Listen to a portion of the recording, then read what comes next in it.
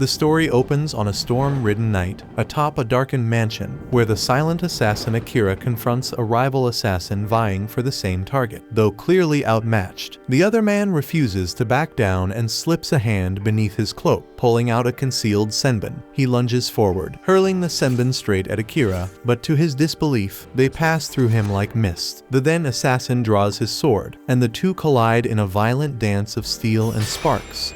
Their blades collide again and again until Akira knocks the man's weapon spinning into the air. The rival assassin quickly switches tactics, pulling out throwing knives and sending them flying. Akira dodges smoothly, but his opponent fires one last hidden projectile. To his horror, Akira vanishes right before his eyes, reappearing silently behind him. The man searches desperately for an opening, but Akira blocks every strike and forces his arms down. In a final attempt, the assassin swings with a kick from his bladed boot, but Akira anticipates the move, pierces his arm, then snaps his leg and sends him crashing to the ground. Though he has a few tricks left, the defeated assassin accepts his loss as his own blade, which is still midair, comes down and lands on him. With the threat gone, Akira slips into the mansion like a shadow, entering the dimly lit room where his target lies asleep. For a brief moment, he hesitates, but then he raises his blade to finish the job. Long before all this, Akira lived an ordinary life as a student in Japan. During one typical afternoon, a group of girls invited their friend Tsukasa to join them for lunch. He politely declined, saying he had duties to handle for the student council, which left them impressed by how seriously he took his role as president. Nearby, a girl named Shori received thanks from classmates she had just helped. At the same time, Akira sat quietly, reading a novel on his phone. His friend Nanes walked up and asked if he enjoyed reading Isekai stories, but Akira simply replied that he read whatever was free, laughing. Nanes told him to share any new recommendations before heading off. As Akira watched him go, a few girls whispered, wondering who Nanes had been talking to. As Akira eats alone, even he found it strange that someone actually talked to him, considering how invisible he is to everyone else at school. Without warning, Akira's phone begins to flicker and distort, and a strange,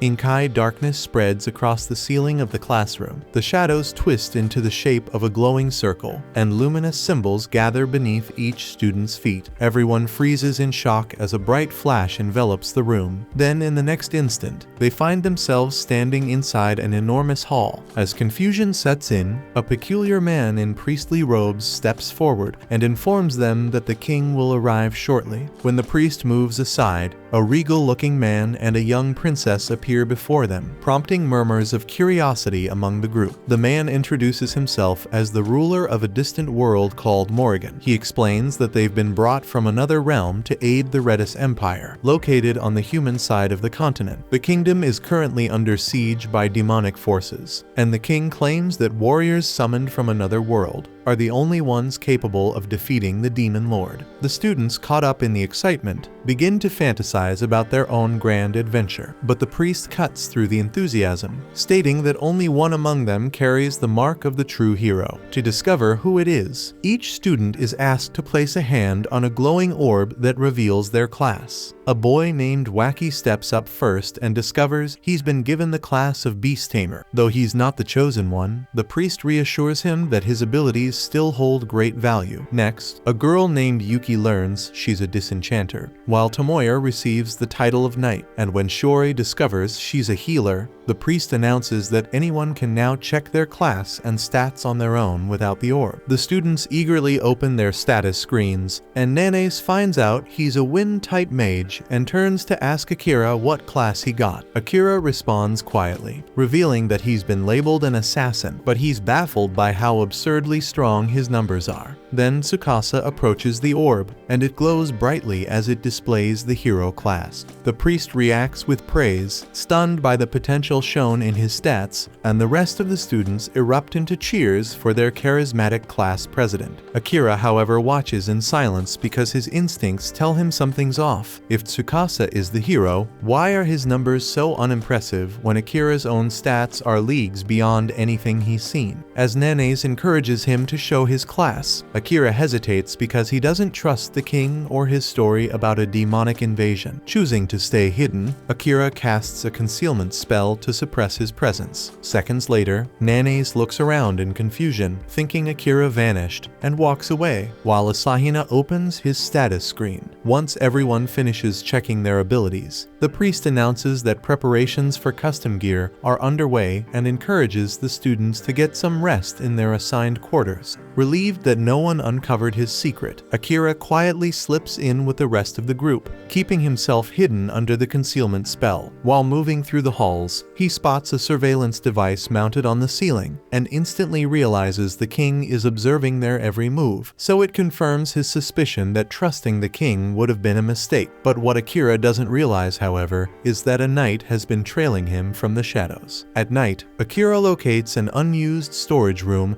and decides it's a good place to lie low. After settling in, he sneaks back out, determined to gather information. As he surveys the city's unfamiliar skyline, he's struck by how surreal it all feels. This really is another world. He bounds effortlessly between towers, stunned by how far his enhanced abilities have taken him. Midway through his scouting, he picks up the sound of voices nearby and quickly hides himself to listen in. Inside the chamber, the princess is speaking to the king, and she refers to the summoned students as naive kids with rare powers. The king, clearly confident, tells her to move forward with their plan, so she nods and exits the room. Hidden just a few feet away, Akira narrows his eyes, wondering what exactly the king has in mind. He briefly considers ending it right there. He could kill the man before anyone noticed. The king suddenly shivers, sensing something off. But when he turns around, the room appears empty, and he returns to his work. The following morning, Akira remains under concealment. While grabbing some food, he debates whether to warn the others, but concludes they wouldn't take him seriously. Not when they're so easily convinced by the king's lies. At a nearby table, Tsukasa rises and addresses the rest of the student. He praises the king for giving them powerful gifts and insists they owe it to him to help defeat the demon threat. The group, swept up by his speech, rallies behind him with full support. Watching from a distance, Akira can't help but sigh. They've already swallowed the king's fake narrative. Later in the afternoon, the Royal Knight Commander Saren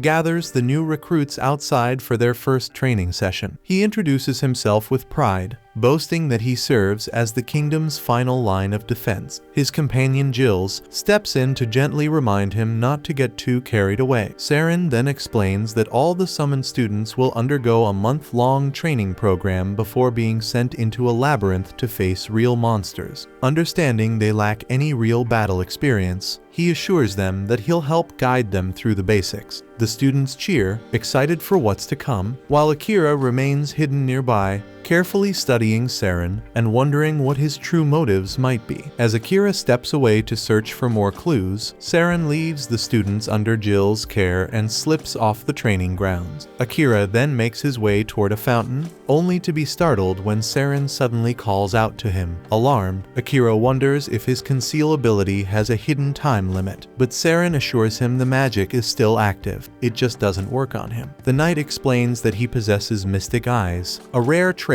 that lets him perceive thermal energy, allowing him to detect living bodies even through invisibility. Akira instinctively reaches for his blade, uncertain whether Saren is friend or foe, but the commander quickly adds that he has no intention of revealing Akira's secret. Though Akira knows the knight serves the crown, he still isn't sure if he should place any faith in him. However, Saren insists that he's not working on the king's orders this time because he has his own reasons. Then he makes a request: keep this encounter between the two of them. After a moment of hesitation, Akira decided to give the man a chance. They take a seat nearby, and Akira tells him that he's interested in reading the king's archives to better understand this world. Saren asks what level Akira's concealment skill is, and Akira replies that it's already maxed. Everything else, however, is still at level 1, and he admits he doesn't know how to improve them. Saren raises an eyebrow, then chuckles, saying the library probably wouldn't help much anyway, so he offers to train Akira himself. The thought of growing stronger and uncovering the secrets of this world excites Akira, but even with that, he still longs to return to his home and see his family again. Saren agrees with that goal, but reminds him that until he finds a way back, he'll need strength to survive. Feeling guilty about receiving help without offering anything in return, Akira asks how he can repay the favor. Saren smiles and tells him to share stories from his homeland in exchange. Then, as the knight extends his hand, Akira shakes it, smiling back and introducing himself properly as a show of respect. From that day forward, they begin training together, and Akira learns that aside from humans and demons, this world is also home to elves and beast-kin. He puts Akira through rigorous drills, explaining that job levels rise only by defeating monsters, but skills can be sharpened with regular practice. As they train day after day, Saren becomes more and more fascinated by Akira's tales of Earth. Listening to his own descriptions of smartphones, planes, and crowded cities, Akira realizes just how much he once took his old world for granted, and how strange it feels to miss it now. Sometime later, Saren is sitting in a quiet room with Jills, who curiously asks why he's been spending so much time with Akira. Saren simply replies that Akira's stories about his home world were too entertaining to pass up, and Jills admits he finds them fascinating as well. But when Saren casually mentions that Akira possesses the true hero class and a max-level concealment ability, Jills freezes in shock because only the very first hero in their history had a maxed-out skill like that. Moments later, Akira approaches the room, and Jills politely excuses himself, leaving the two alone. Akira then hands Saren a book he took from the Royal Archive. Noting that it contains some sensitive material, Saren confirms that the book outlines plans to overthrow the king, and explains that he wrote it himself and disguised it as a harmless cookbook, knowing Akira would eventually uncover it.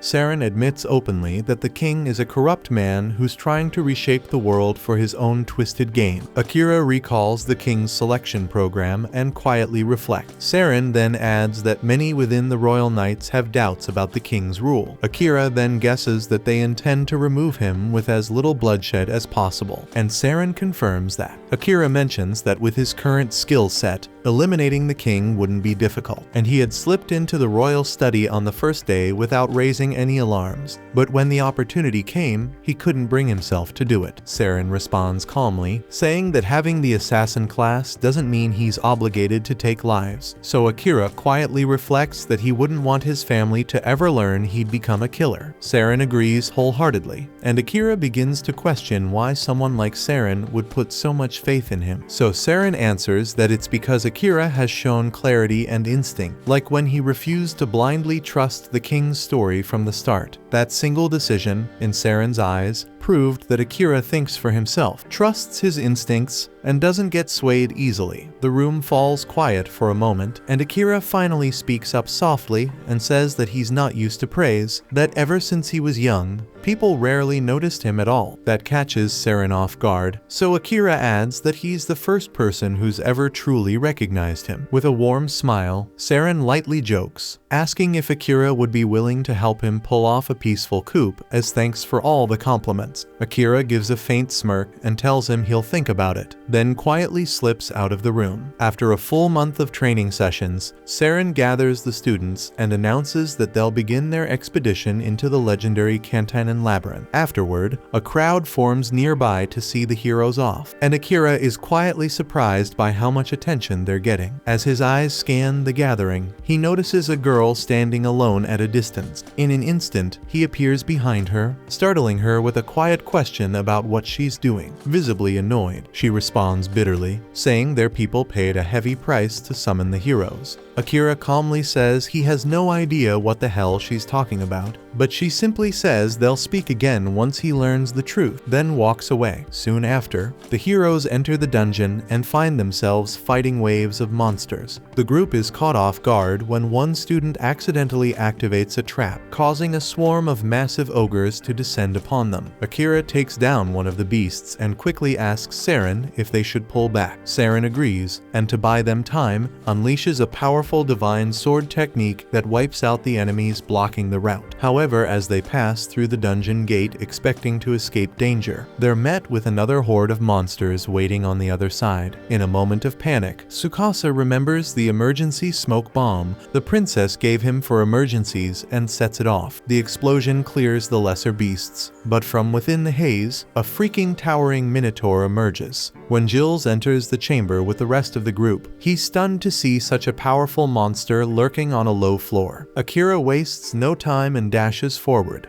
dodges a massive strike, and climbs onto the Minotaur's back. He slashes, but his weapon snaps in half against the creature's dense hide. Alarmed, Akira leaps off to avoid a counterattack and rushes back toward Tsukasa, who's barely able to stand. Overwhelmed with guilt, Tsukasa mutters that he's useless, but Akira tells him that heroes aren't meant to carry the burden alone. He reminds him that every student here has been training too, and that it's time to let others fight alongside him. But Tsukasa's breathing quickens, and he begins to panic, consumed by fear and doubt. Noticing something off, Akira asks the party's disenchanter to step in. She steps forward, activates her spell, removing a dark curse that had been feeding Tsukasa's fear, and as soon as it's lifted, Tsukasa regains clarity. With Tsukasa stabilized, Akira turns to Saren and asks if it's time to use the technique they discussed. Saren gives a firm nod and launches a flash of lightning that crashes into the Minotaur, stunning the beast in front of the awestruck students. Seizing the moment, Akira disappears into the shadows and reappears silently behind the monster, ready to unleash his ultimate shadow-based spell.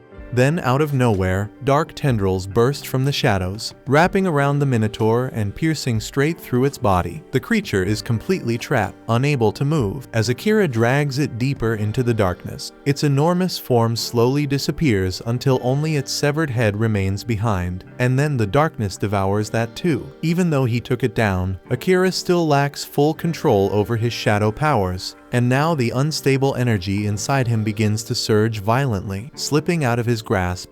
Luckily, Saren rushes in and helps stabilize him, coaching Akira through the process until he's able to calm his mind and retract the tendrils. Once the danger has passed, the group returns to the castle. There, Saren commends Akira for completing the mission. It was because of him that everyone returned safely, but while the shadow technique is undeniably powerful, it puts a heavy strain on the body, so Saren warns him not to use it unless truly vital. To acknowledge his efforts, Saren hands Akira a gift, a katana. He explains that the blade was originally forged by the very first summoned hero centuries ago. Akira thanks him for the weapon, but he's curious why give such a legendary blade to him instead of the kingdom's current hero Tsukasa. So Saren replies that Tsukasa already possesses the holy sword meant for battle. Besides, the king would definitely become suspicious if he saw Tsukasa carrying this one, especially since Saren technically stole it from the royal vault. Akira gets the picture and accepts the weapon, quietly thinking it's amazing that he now wields the same sword used by the original hero. But that thought leads him back to the unresolved issue with Tsukasa. Though they had managed to confirm that he was under a curse and had partially alleviated it with a disenchantment spell, the root of the affliction still remained. So Akira intends to get to the bottom of it. At night, he sneaks into the princess's chambers and finds her mid-ritual, enhancing the curse on Tsukasa with a glowing crystal, her magic steadily transforming him into a mindless puppet. Without hesitation, Akira slices the crystal clean in half, disrupting the spell. That should neutralize the curse at least for now, but Akira isn't finished. With his blade drawn, he places it at the princess's throat and demands to know why she is doing this shit. Her response is cold and mechanical. She claims she's acting for the king's sake, but as Akira looks closer, he realizes something chilling. There's no emotion in her eyes, no will, no intent. She isn't choosing this path, and she's just another victim under someone else's control. Killing her wouldn't make sense, not like this. So without another word, Akira lowers his sword and silently walks away. Still, Akira probably should have finished her off, because the moment he leaves, the princess walks over to her closet, revealing a hidden stash of cursed crystals, one for each of his classmates, and without hesitation, she begins activating them. Not long after, Akira brings a few of the shards to Saren, hoping he might know something.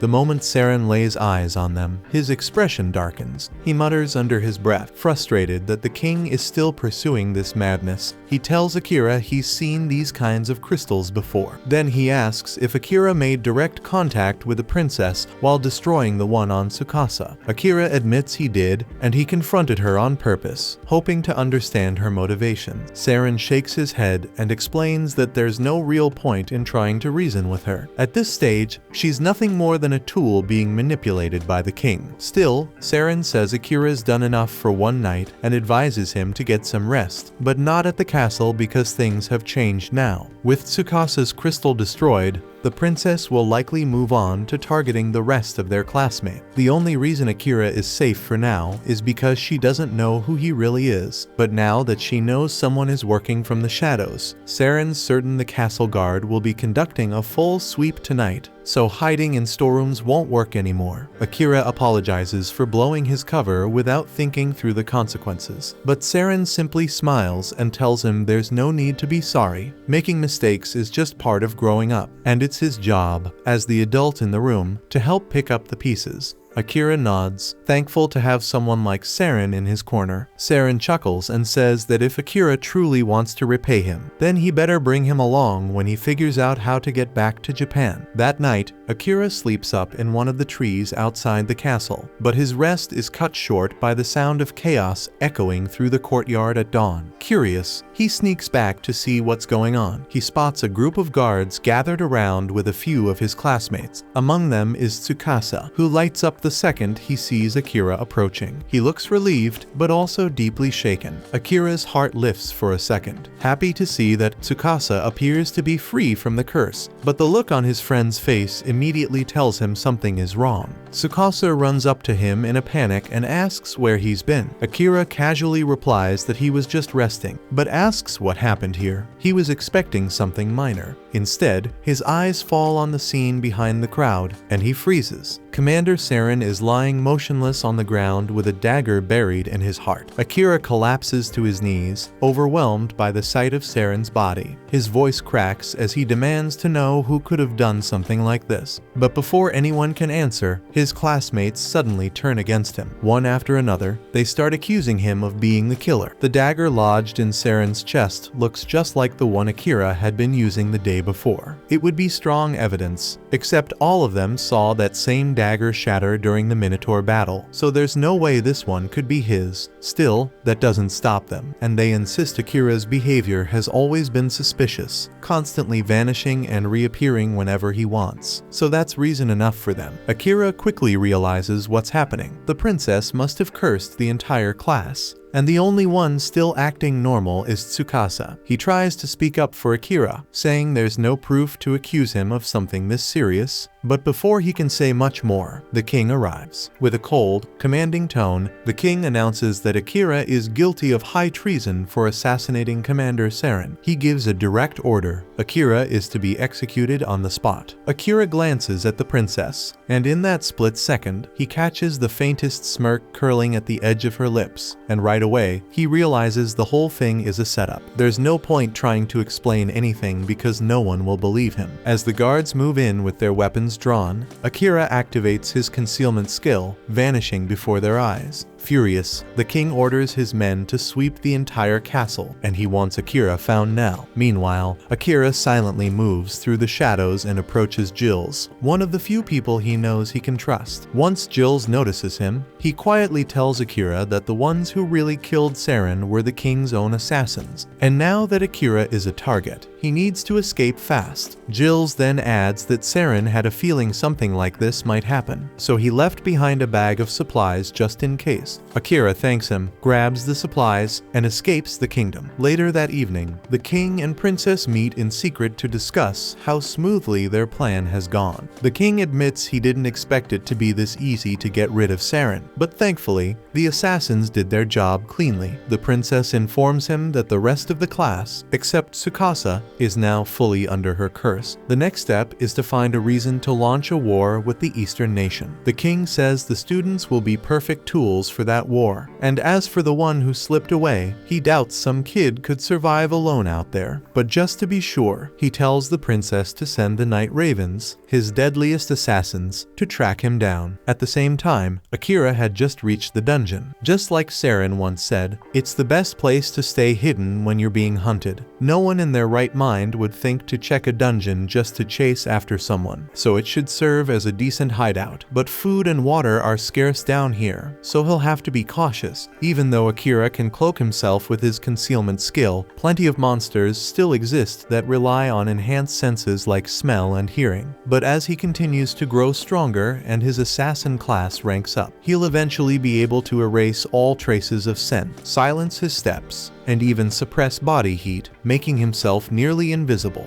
Boss rooms appear every 10 floors, and once you're inside, the only way out is to kill the boss. It's a major gamble to enter one alone, but Akira doesn't exactly have the luxury of waiting things out. As he walks deeper into the dungeon, he's immediately attacked by a chimera. At first, he manages to dodge its claws and fangs, but then its snake tail spits a jet of venom, catching him off guard and striking his leg. The poison slows him down, and he can't maneuver like before. That gives the beast an opening, and it slashes his back, drawing blood just as it prepares to go in for the kill. Akira unleashes his trump card, and shadow magic erupts and completely consumes the chimera in a single blow. With that, he defeats the dungeon's first boss, but the combination of his injuries and the toll of using the shadow spell leaves him barely clinging to life. Recognizing that its master is in danger, the shadow energy automatically shifts into regeneration mode, patching his wounds while he's unconscious. At the same time, in the royal castle, Tsukasa asks everyone to follow him out of the capital. His classmates blink at him, asking if he's seriously saying they should go take down the Demon King right now. It sounds like a decent excuse, so Tsukasa just rolls with it. But his classmates immediately shut him down, telling him to sit back down and stop dreaming because they're not going anywhere. That reaction confirms what Saren warned him about before his death. The curse is real, and it's controlling their minds. If that's true, then Tsukasa realizes he'll have no choice but to leave on his own. But unexpectedly, a few of his classmates step forward and say they'll come with him. And a few hours later, that small group is standing with Tsukasa just outside the city border. They're a bit stunned that leaving the city was so easy, but when they think about it, it makes sense. Their excuse was that they were heading off to fight the Demon Lord, and it wouldn't look good for the king to stop his own heroes from completing their assigned duty. With that settled, Tsukasa turns to the others and asks why they chose to come along, especially when everyone else refused to even consider it. Yuki replies that she doesn't believe anyone in their group is under the princess's influence anymore. Asahina then speaks up, saying that he thinks he might have helped break the curse somehow. He's not entirely sure why, but he has a blurry memory of sneaking into the princess's chamber and smashing several crystals. We later learn that the one behind that action was actually Jill's. He had used his manipulation ability to temporarily take control of Asahina's body in order to dismantle the curse, and while he wasn't able to free everyone, he's at least relieved that he could carry out Saren's final wish. As the group finally steps beyond the kingdom's borders, Asahina finds himself thinking about Akira. He deeply regrets not trying to find him sooner while he was still hiding within the castle. Even if he had been under a curse, he still feels horrible for not defending Akira when he needed it most. Back in their original world, most of the class hadn't spoken to Akira much at school, but one day, while walking home, Asahina happened to run into him on a construction site. It was their first time meeting outside the classroom. Akira had asked him to keep the job a secret because he didn't want his younger sister to find out. Asahina agreed without hesitation, since he also had a little sister to look after. Coincidentally, both of their sisters happened to be close friends, and the two boys had laughed about it at the time. Back in the dungeon, Akira finally regains consciousness. For some reason, the first thing that comes to mind is a dream. one that reminded him of the day he met Asahina, so he sincerely hopes Asahina is okay. He also finds himself thinking about his mother and sister back in Japan, but once that moment passes, something odd dawns on him. He's not in unbearable pain. Even though he clearly remembers getting slashed across the back by the chimera, he doesn't feel nearly as bad as he should. Calling up his status screen, Akira notices something surprising. His stats have improved significantly after the fight with the chimera, but what really shocks him is his HP, since it's nearly full, even after the serious injuries he took. He also spots that his shadow magic has jumped to level 3, and he can't figure out how it rose so much after a single use. Still, there's no time to dwell on it right now, so he gets back on his feet and prepares to move forward. Deeper into the dungeon, Akira encounters a massive slime blocking the passage. After slicing it open, he's stunned to find a beautiful elf girl trapped inside. Thinking this is a good chance to test out one of his newly unlocked abilities, he activates World's Eye, a skill that instantly floods his mind with everything about the target's life. But there's way too much information pouring in at once, and the overload becomes unbearable. He's forced to cancel the skill partway through before his brain fries from the sheer volume of knowledge. Looking at her status, he notices her HP is dangerously low, barely at 2%. Akira gently lifts her and carries her up to the 69th floor, where there's a calm water pool. He sets her down to rest and recuperate. Sometime later, she stirs awake, and Akira offers her water to help her recover. He tells her to try and get more rest, but she admits that she's too hungry to sleep.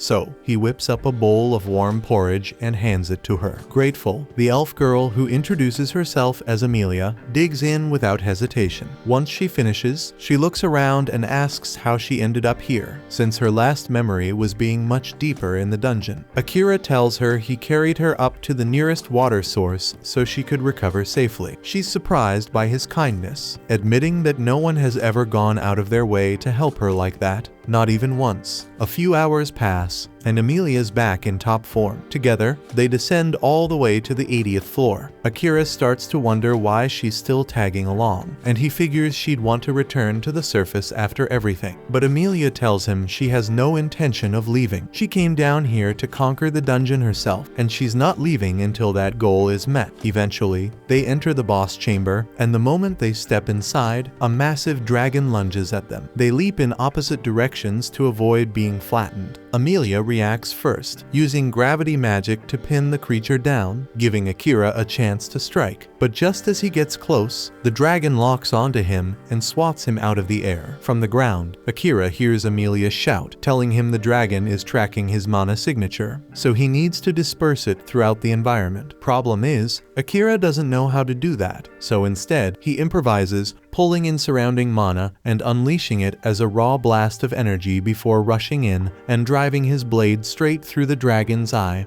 ending the battle. The dragon collapses, lifeless. But Amelia looks at Akira, baffled by what he just did. He explains that since he didn't know how to hide his own mana, he just used the ambient mana around them as a weapon instead. She stares at him in disbelief because normal people can't do that. But before she can ask how he pulled it off, the dragon's body suddenly starts to glow brightly. The dragon suddenly shifts its form, morphing into a massive blue cat, leaving both Akira and Amelia stunned by the unexpected transformation. Amelia quickly activates her World Eye ability and examines the creature, soon identifying it as a shapeshifter.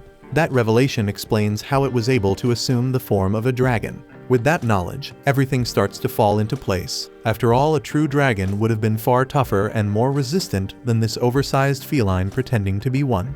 Akira is amazed at how effortlessly Amelia is able to use her World Eye, and she turns to ask why he hasn't activated his own. He recalls the last time he tried, when it felt like his brain was about to split in half, and assumes it must be because his level isn't yet high enough to handle it safely. But Amelia disagrees and believes that the real issue is that Akira is subconsciously rejecting the skill, which is what's actually preventing him from using it properly. Right then, the black cat awakens and starts to speak. He seems annoyed that he was defeated by a mere human and an elf, especially since he had transformed into a dragon just for entertainment. Akira is stunned to hear the feline talk, but his shock seems to offend the creature. The cat sternly tells him not to lump him in with the mindless, low-level beasts driven solely by instinct because he is a higher being, created directly by the demon lord himself. Akira, however, remains unfazed and responds that it doesn't matter either way because after that last blow, the cat is in no shape to continue fighting. The black cat shows no concern about dying, but before he goes, he has a message for Akira. He slowly rises to his feet, his body now radiating a dark, threatening aura, and announces that the demon lord is waiting for him in his castle deep within the volcano region of the demon continent. That declaration instantly raises Akira's suspicions, and he demands to know how the demon lord even knows about him, and why he would want him to visit his domain. The cat answers that the demon lord is a being beyond mortal comprehension, and thus he cannot explain anything further. Exhausted, the cat lies back on the ground and tells Akira to finish him off, but Akira refuses. The cat scoffs and tells him to stop acting noble, insisting that humans see all demons and monsters as enemies anyway, so killing him should be expected. But Akira doesn't share that belief because to him the true enemy is the king, not demons, and he's not willing to accept that they're automatically the enemy just because they're different. However, Amelia steps in and reminds him that the door to the boss's room won't open unless the boss kills them, or they kill the boss. The cat agrees with Amelia's logic and sarcastically asks Akira if he's planning to starve to death in this room. Curious, he questions why Akira refuses to kill him, and the response is both unexpected and strangely simple.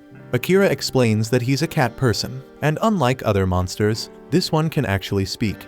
So he's convinced there must be a workaround that allows them to leave the boss room without resorting to killing the creature. That's when Amelia recalls an alternative method. If Akira forms a contract with the black cat and accepts him as his familiar, the creature will no longer be recognized as a boss, which will cause the room's door to unlock. The black cat scoffs at the suggestion, mocking the idea by stating that only a seasoned magic user with precise mana control could ever perform such a ritual, and he doubts Akira has the capability.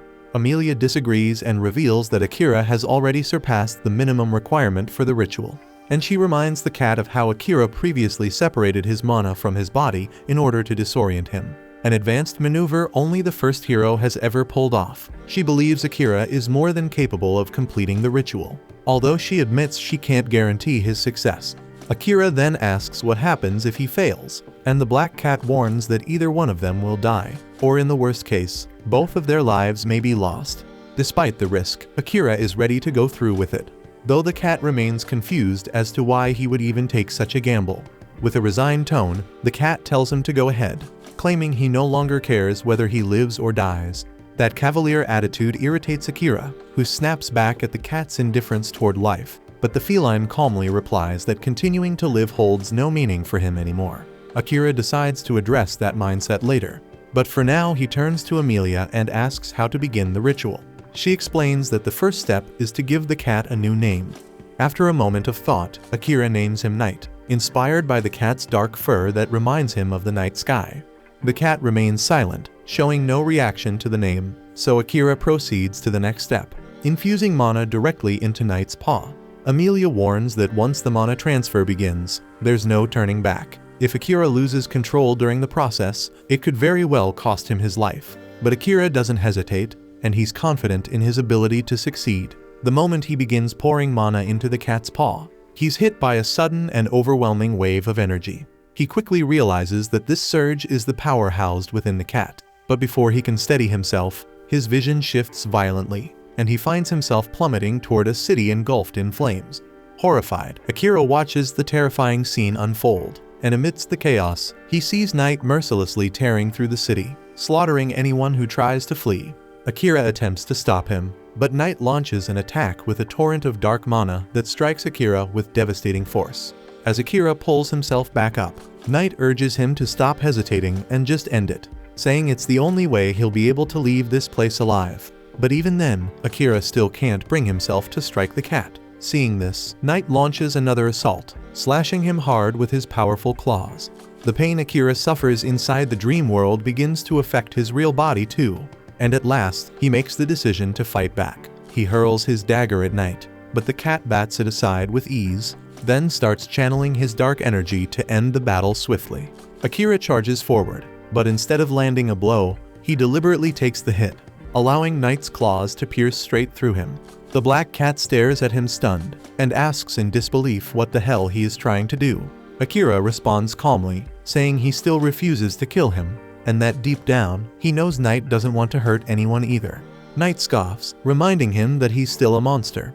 Even if he has intelligence, his instincts constantly scream at him to destroy anything that stands in his way. But Akira sees through that facade, and he knows that Knight is exhausted from the endless cycle of killing, and he tells him that he no longer has to fight those urges alone. Gripping his claws tightly, Akira makes a quiet vow to watch over him, to be by his side, and ensure he never has to go through something like this again. Slowly, the oppressive dream world starts to fade away, and as Knight begins to place his trust in Akira, his monstrous form diminishes into that of a small, ordinary black cat, resting peacefully in Akira's arms. The sun rises within the dream, casting its golden light as a symbol of the inner peace Knight is beginning to feel. With that, Akira emerges from the dream world, and realizing that the pact ritual succeeded, he reaches out to touch Knight and confirm it. A radiant golden mark appears on the back of his hand, and at the same time, the red sigil on Knight's forehead shifts into gold as well. Amelia explains that this is the seal of a successful pact, and their souls have now been spiritually connected. Knight awakens too, gazing up at Akira and expressing his curiosity to see just how far his new master will go. With quiet resolve, he accepts Akira as his master and solemnly pledges his loyalty and life to his service. Amelia steps forward and introduces herself, and Knight, recognizing her as his master's companion, offers her his respect as well. At that moment, a magic circle begins to glow on the ground, signaling that the boss has officially been defeated, yet Akira appears lost in thought. He says he'd prefer to move on to the next floor, but Knight is still badly wounded.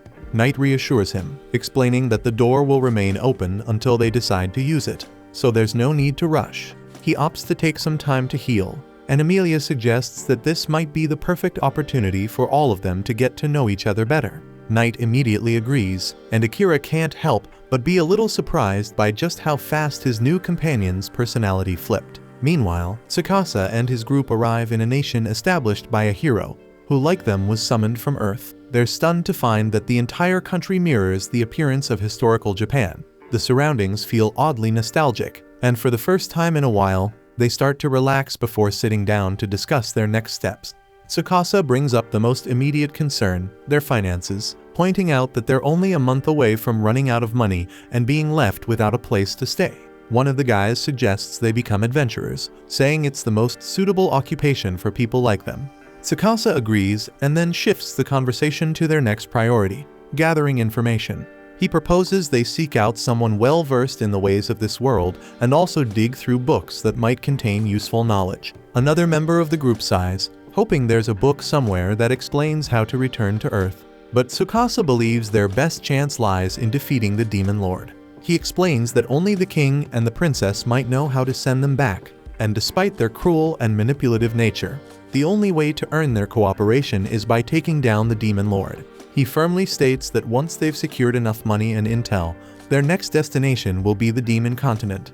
But Asahina doesn't agree with that plan. He argues that they should first reunite with Akira before heading off, because his instincts tell him that Akira's power is advancing at a pace far beyond anyone else's, and they'll need him if they hope to succeed. Some members side with Asahina, while others remain suspicious, still thinking he may have been responsible for Commander Saren's death. The disagreement quickly escalates into a small argument, but the girls step in and try to calm everyone down. They turn to Tsukasa, asking for his judgment on the matter, since as the leader he gets the final say. Tsukasa sides with Asahina, admitting that he too believes Akira is already stronger than all of them. But he also doubts whether they'll actually be able to work with him. He explains that Akira has always kept his distance from others, and even now, he doesn't remember Tsukasa, despite the fact that they've been classmates since kindergarten. The group is stunned by that revelation, and even Asahina agrees that Akira isn't exactly the type to play well with a team. Tsukasa explains that according to the old legend, only the holy sword wielded by the chosen hero has the power to defeat the Demon Lord, meaning he must grow strong enough to fulfill that role. He believes that even if they do find Akira, he likely won't agree to join forces with them if they're still too weak. That's why Tsukasa decides it's best to stay in this country for now, giving everyone time to train and grow stronger before attempting to reunite with him. Meanwhile, Amelia opens up to Akira and Knight, sharing the story of her past. She reveals that her own sister forced her out of their homeland, and the soldiers who once served under her became relentless in their pursuit to kill her. Eventually, they cornered her near a cliff, and in a desperate move, she used her gravity magic to plunge into the river below, which carried her far away to safety. But she was badly injured and utterly exhausted, and that's when a black slime appeared and swallowed her whole. The next thing she remembered was waking up inside the dungeon, moments after Akira had rescued her. Akira feels sympathy after hearing her story, but Knight picks up on a few strange details. He points out that slimes typically don't devour people, and even if one had swallowed Amelia, she would have been digested long before Akira found her. Amelia admits that she doesn't fully understand it either, but she's thankful to that slime regardless, because it somehow brought her to Akira. Akira gently tells her that she should consider returning to her homeland and trying to reconcile with her sister. But Amelia has already given up on that idea. She says she doesn't have the strength to face her sister again. Akira reassures her, saying things tend to work out between siblings because no matter what happens, they're still family. He adds that he has a sister too, and even though she's constantly giving him a hard time, he still cares about her deeply. Amelia and Knight then ask if Akira wants to return to his own world and see his family again. Akira says yes, but not yet because there's something he needs to take care of first. He begins to talk about Saren, the man who taught him how to survive in this world, and as he recalls the betrayal that took Saren's life, his emotions boil over. His voice sharpens with rage as he swears to kill both the king and the princess for orchestrating Saren's assassination. The fury behind his words sends a chill down Amelia and Knight's spines, and Amelia shouts his name, jolting him back to his senses. As the storm inside him subsides, both Amelia and Knight reveal that they know the name because Saren was once a renowned knight commander, known across the land. Sensing the heavy mood, Akira decides to break the tension. He pulls out a glove and waves it in front of Knight, and true to his feline instincts, the black cat immediately pounces after it. Akira chuckles, surprised that the same trick he used on all the strays back home works on a monster cat too. Amelia, intrigued, asks to give it a try herself, and before long, both she and Akira are playfully cuddling with Knight, enjoying the soft, warm comfort of his fluffy fur as the air around them lightens once again. Knight turns to Akira and tells him to take things more seriously, reminding him that their souls are now linked, and if one of them dies, the other will perish as well. Akira says he's well aware of that, but he's still just happy to have a cat familiar, especially since he's always loved cats. Amelia chimes in with a sigh, admitting that she's jealous because she loves cats too. Once they've finished fooling around, the group prepares to exit the dungeon. Akira asks Knight where the teleportation magic circle will take them, but the feline admits he doesn't know. He explains that only a select few demons still remember the ancient craft of creating such circles, and Akira instantly decides that once he reaches the demon continent, he'll track those demons down and make them work for him. Just then, a memory clicks in Amelia's mind. She recalls an old tale about pale blue teleportation circles that respond to a person's desire, taking them wherever their heart truly wants to go. However, if more than one person enters, the circle only reacts to the wishes of one individual. Akira notes that this could become a problem, but Amelia assures him with a gentle smile that she's fine going anywhere as long as she's with him.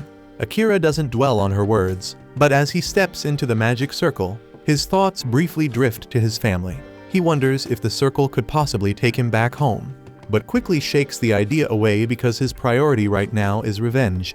With that, the magic circle lights up, and the group is instantly teleported to a dense forest, where a massive, awe-inspiring tree towers in the distance. Amelia freezes in shock at the sight, while Knight calmly identifies the tree as the World Tree. He tells them that they've arrived in the Forest of Elves. Amelia is stunned they ended up here, but Akira finds it to be a welcome turn of events. Suddenly, an arrow flies through the air, aimed directly at Amelia. Fortunately, Akira spots it just in time and swiftly pulls her out of harm's way. He immediately charges toward the source of the attack, batting aside a second arrow with his dagger and closing the distance in a flash. In one fluid move, he brings the hidden archer down to the forest floor, and Amelia quickly identifies him. It's Liam. Liam scowls and says he never imagined he'd run into the traitor while investigating the strange light in this area. He warns Amelia to flee if she wants to survive, but Akira is in no mood for empty threats. He knocks Liam out cold, uninterested in his dramatic declarations. However, his moment of action was just a bit too late, and he looks up and sees that they've already been surrounded. Leading the elven forces is none other than Amelia's sister Kilika. With cold determination in her eyes, she tells Amelia that since she dared return to the country on her own, her death is now inevitable.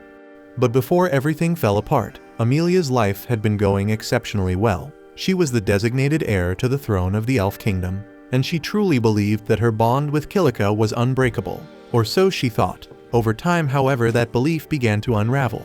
Slowly, her most trusted advisors and even the royal guards started to turn against her. Eventually, Kilika delivered a devastating accusation, claiming that Amelia had committed a heinous crime, and without conducting any sort of investigation, the guards hastily concluded that Amelia was guilty, solely based on the fact that she was born a child of blight. Branded as a threat, she was forced to flee the kingdom before Kilika and her forces could bring her down. And now that they're face to face once more, Amelia is completely at a loss. She tries reasoning with Kilika, insisting she'll leave voluntarily, so there's no need for conflict, but Kilika is determined to capture her at any cost. Before Kilika can make a move, however, Akira steps forward and positions himself protectively in front of Amelia. Kilika sharply questions Akira, demanding to know who he thinks he is to meddle in elven affairs. He replies calmly that he only met Amelia yesterday, but he genuinely likes her, and he won't stand by while Kilika speaks to her in such a way.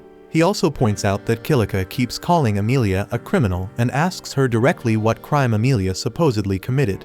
In response, Kilika rolls up her sleeve to reveal a deep, discolored bruise stretching across her arm. She claims that Amelia once gave her a potion that was secretly laced with poison, an act that even within royal bloodlines is absolutely unforgivable. Amelia immediately defends herself, insisting that the mixture she gave Kilika truly was just a potion, but Kilika brushes it off and says no one would ever believe that story.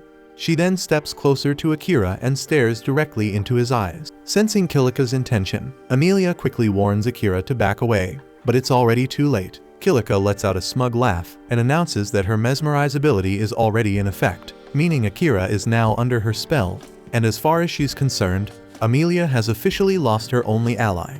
Kilika fully expects to see Amelia crumble with despair, but instead what she sees in her sister's eyes is pure fury. Amelia shouts at Kilika to break the spell and apologize to Akira because he deserves the freedom to choose who he wants to love. This sudden outburst catches Kilika completely off guard because she had always viewed Amelia as weak and timid, but right now, she looks like she's ready to tear someone apart. Right then, Akira steps forward and calmly tells Amelia to relax, assuring her that he's not under the influence of any spell.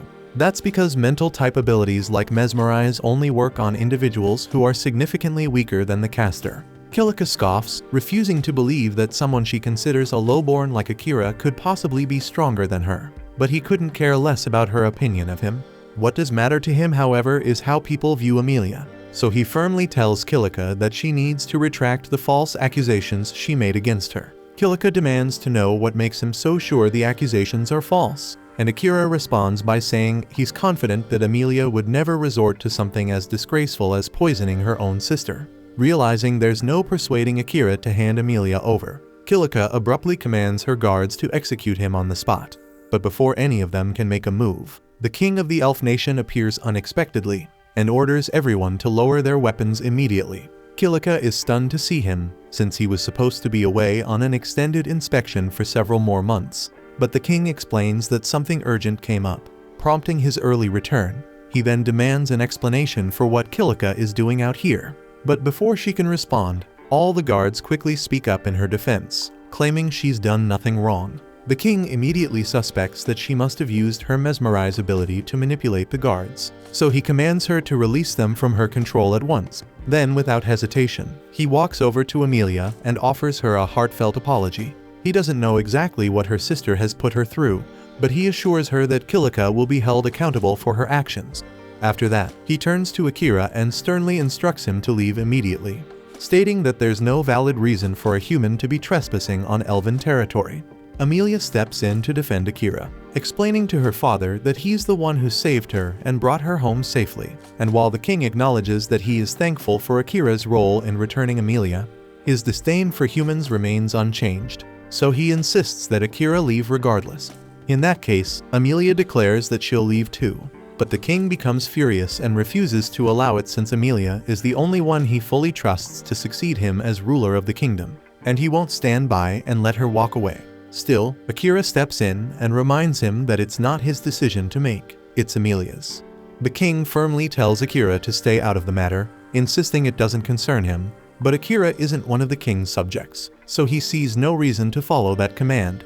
In fact, he states plainly that he's more than ready to make the king listen by force if necessary. And judging by what Akira just did to Liam, who's still lying on the ground, the king can already tell he isn't bluffing. That said, the king has never been one to shy away from a challenge, so he formally proposes a duel to Akira, under the condition that the loser must obey the victor's commands. Akira agrees without hesitation, and with the challenge set, the king declares that the fight will take place at the base of the holy tree, in keeping with elven custom, and as they head toward it, Emilia quietly apologizes to Akira for dragging him into this mess, but he tells her there's no need because he willingly chose to get involved. Shifting the conversation, he brings up how Kilika called her a child of blight and asks what that's all about.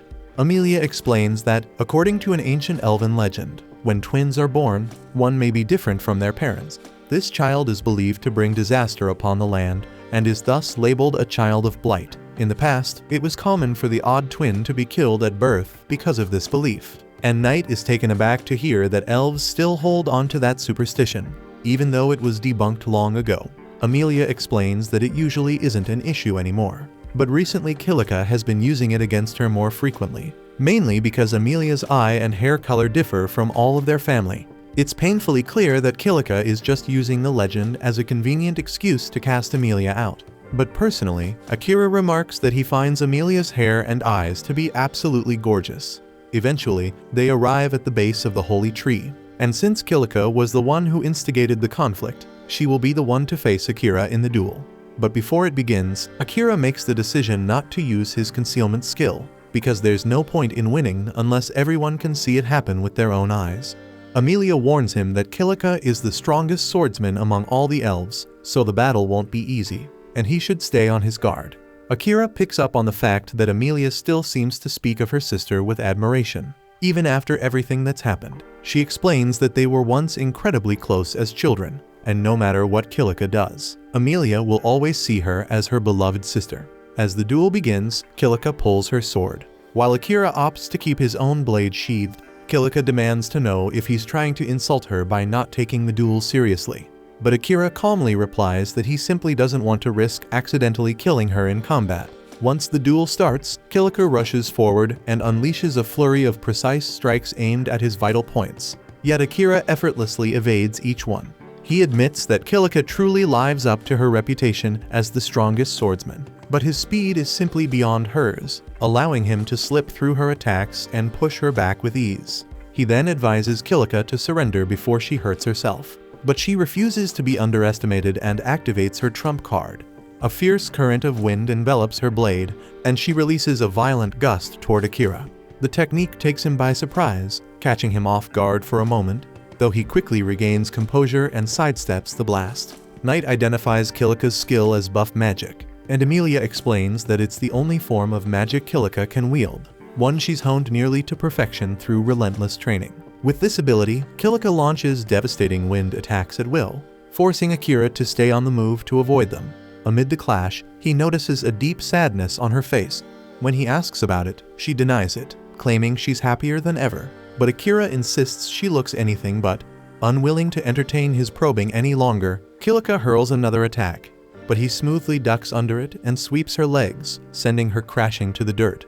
Before she can recover, Akira appears behind her, resting his sword gently against her neck, a silent sign that he could have ended the fight at any moment. Once again, he urges her to surrender and reconcile with Emilia, but Kilika refuses with fierce defiance. She snaps that she could never make peace with someone who took everything away from her, then bursts into a furious rage, unleashing uncontrollable waves of wind in every direction. She cries out that she's been left with nothing, that Emilia and her divine blessing took it all away. In the past, Kilika and Emilia had been close friends, but everything changed when Emilia was revealed to possess the spirit medium class. Once mastered, it promised unmatched power across the continent, and from that day onward, nothing Kilika achieved was ever considered enough. Emilia tries to assure her that none of it is true, but Kilika is far too consumed by anger to listen. Right then, Liam walks up to Emilia and quietly asks for her help to save Kilika, handing her something that immediately makes her understand his plan. She climbs onto Knight's back and uses the holy tree branch Liam gave her to channel purification magic, breaking the spell that had everyone under Kilika's control. The moment the enchantment lifts, Kilika descends into a wild frenzy, summoning her strongest wind blast yet. So Akira is forced to counter using his shadow magic, and after a fierce struggle, he manages to overpower the raging winds, sending Kilika crashing to the ground and stripping away her will to continue fighting. Moments later, Liam and Emilia rush to her side to make sure she's alright. Kilika glares at them and bitterly asks if they've come to mock her now that she's been defeated. Liam gently assures her that isn't the case, saying he's genuinely worried about her. But Kilika refuses to believe him. She accuses him of running straight to Emilia the instant the spell wore off, helping her undo what was left of Kilika's magic. Emilia, however, calmly tells her that Liam was never under her spell to begin with. Kilika insists she's lying and tells them to just get it over with, banish her, execute her, anything, because she doesn't want to live like this anymore. But before she can say more, the king speaks up, declaring that if anyone deserves punishment, it's him, for being the reason Kilika ended up this way. Confused, Kilika demands to know what the hell he means, so the king explains that long ago, he sealed away parts of her memory to protect her, though now he realizes that decision was a grave mistake. As he lifts his forgetting skill, all of Kilika's lost memories come flooding back at once. She recalls that when she was a child, she spent her days training near the dungeon. One afternoon, a mysterious stranger appeared near the entrance and told her she could grow stronger much faster if she used one of the strange orbs he carried. Naively trusting the man, young Kilika took one of his orbs and ran into the dungeon to test it out. But the moment she did, a swarm of powerful monsters appeared out of nowhere. Realizing she couldn't take them all alone, she tried to flee, only to discover that the creatures were pursuing her outside. Dungeon monsters weren't supposed to be able to leave their dungeon, yet these were clearly different. Knowing they were heading straight for the elf village, Kilika chose to stand her ground and fight. She held out as best she could, and the chaos quickly drew the attention of nearby elves, who rushed to her aid after realizing something had gone terribly wrong. Liam was the first to arrive, but tragically he was immediately impaled through the torso by a goblin, leaving Kilika to watch helplessly as her friend died right in front of her. The trauma and guilt from that moment nearly shattered Kilika's mind, so the king decided to seal away those memories to protect her from the devastating truth. Also, Liam wasn't the only casualty from that battle, but the situation was ultimately salvaged thanks to Emilia, who used her spirit medium abilities to craft 2 advanced spells, gravity magic and resurrection magic. And with them she was able to bring back everyone who had fallen, ensuring that no lives were truly lost that day. But because Kilika remained the only one unaware of what really happened, those who had been involved slowly and unintentionally began to drift away from her. So Kilika misinterpreted their distance, assumed they had lost interest in her simply because she wasn't a spirit medium like her sister. Overcome by the truth, Kilika collapses in tears, heartbroken that she ended up turning her own sister into an enemy over nothing more than a freaking painful misunderstanding. But Emilia gently tells her that's not true because no matter what happened, she could never bring herself to truly hate Kilika. Kilika knows she has a lot of making up to do for the pain she caused her sister, but Emilia reminds her that in the end, they are still family, and in her heart, nothing will ever change that shit. Later that night, a grand feast is held to celebrate Kilika's change of heart. The king personally thanks Akira for helping bring peace back to their family. As promised, he gives Emilia the freedom to decide her own future, even if that means she chooses to leave on a journey with Akira. On that note, the king asks Akira what his next destination will be, and Akira replies that he plans to head to the Beast Continent, since Knight mentioned it's one of the best places to find high-quality equipment and weapons. At the same time, Asahina and the rest of Akira's classmates are seen boarding a ship bound for the Beast Continent as well. They had originally intended to stay put and wait for Akira to catch up with them.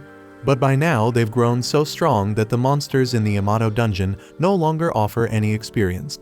So rather than waste time standing still, they've decided to travel to the Beast continent and upgrade their gear in preparation for whatever comes next.